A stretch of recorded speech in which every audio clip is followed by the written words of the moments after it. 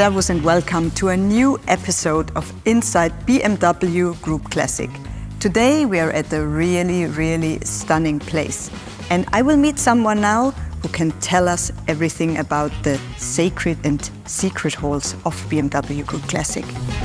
Servus, Flo. Silke. Good to see you again. How are you? Good, and you? Yeah, fine.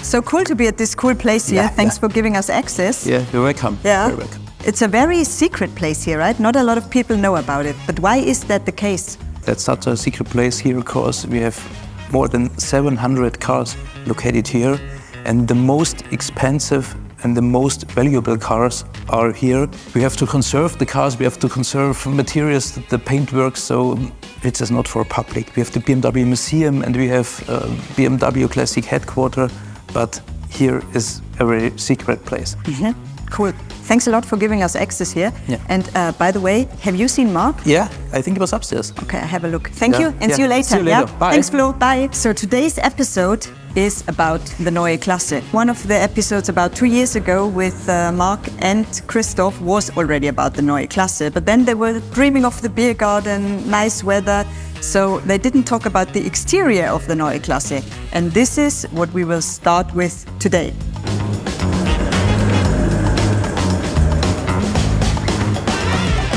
Hello everybody, a warm welcome to a new episode of Inside BMW Group Classic. Photobomb. Sorry, Mark. Today with Silke. Sorry, yeah. We already did this downstairs. But you can do us a big favor. Two years ago, you were talking about the Neue Klasse already, and you forgot to talk about the exterior design, maybe. Amazing. So it's my task for today? Yeah, please. Oh, it's a pleasure. We would be delighted. So the stage is yours, Mark. Awesome. This profile seems to be very easy. Of course it is, but there is a very interesting element. It's the so-called SIG line. And this element you can still find today in nowadays cars of BMW, and it was established back then. It's a sort of Italian style, if you ask me, because the design team of Wilhelm Hofmeister back then was working together with Giovanni Michelotti, a very famous Italian designer. And obviously this was his idea. Some of you might be able to see a similarity between this car and the BMW 507, because in fact all these elements are somehow taken by inspiration of the 507. Back then the headlights had become more and more important, and one interesting fun fact about the car is that first the car was intended not to have a BMW kidney. Mr. Herbert Quandt came to the company at the end of the 50s, and he was involved in the whole development, and it was his personal decision to put a BMW kidney on the car. And with the whole design package, BMW back then created the new face of BMW. And may I add one more thing? Hofmeister kink? Yes, join me. Thank you for that. We can negotiate which car was the first one to have the famous Hofmeister kink. In fact, at Frankfurt 1961, at the International Automobile Exhibition, two BMWs were presented, the BMW 3200 CS and this one, the BMW 1500. And in the end, no one really knows which car was first, so in the end, I think they were developed simultaneously. In regards to the normal sedan car, this car was the very first to have the Hofmeister kink. Since the Neue Klasse was a totally new segment for BMW back then, this of course also had a big influence on production.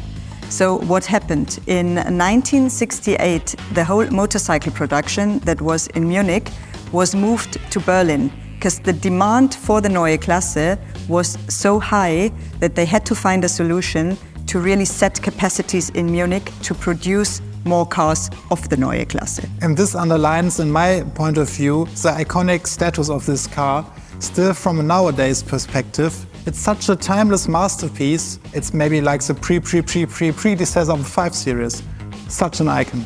And by the way, our slogan, Aus Freude am Fahren, was also created in 1964 because of the Neue Klasse. We are now dealing with the so-called BMW 1800 TZ. It's one of the... No, Mark. TZ is you. That's your nickname. This car is the Teaser. Yeah, you're right.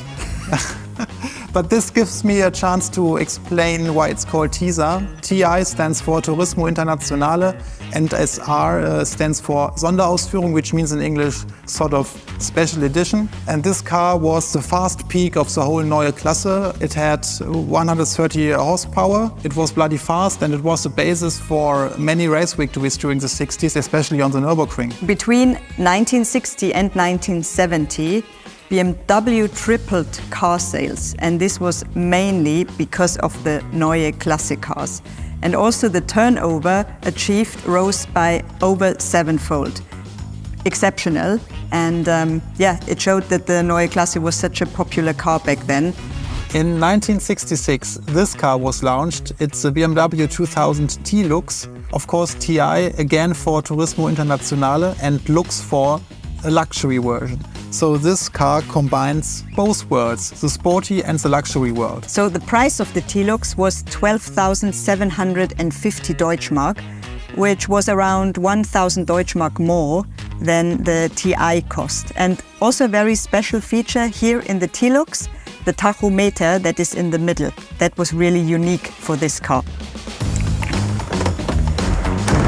I think we have heard a lot about the Neue Klasse today, and it was during that time super innovative, and it also really had a great impact on our future models and also on the story of our company. And I think it's not a surprise, Mark, right, that this year at the IAA Mobility in Munich we have also shown our BMW Vision Neue Klasse, and I think that says it all. And now let's have a ride to the beer garden.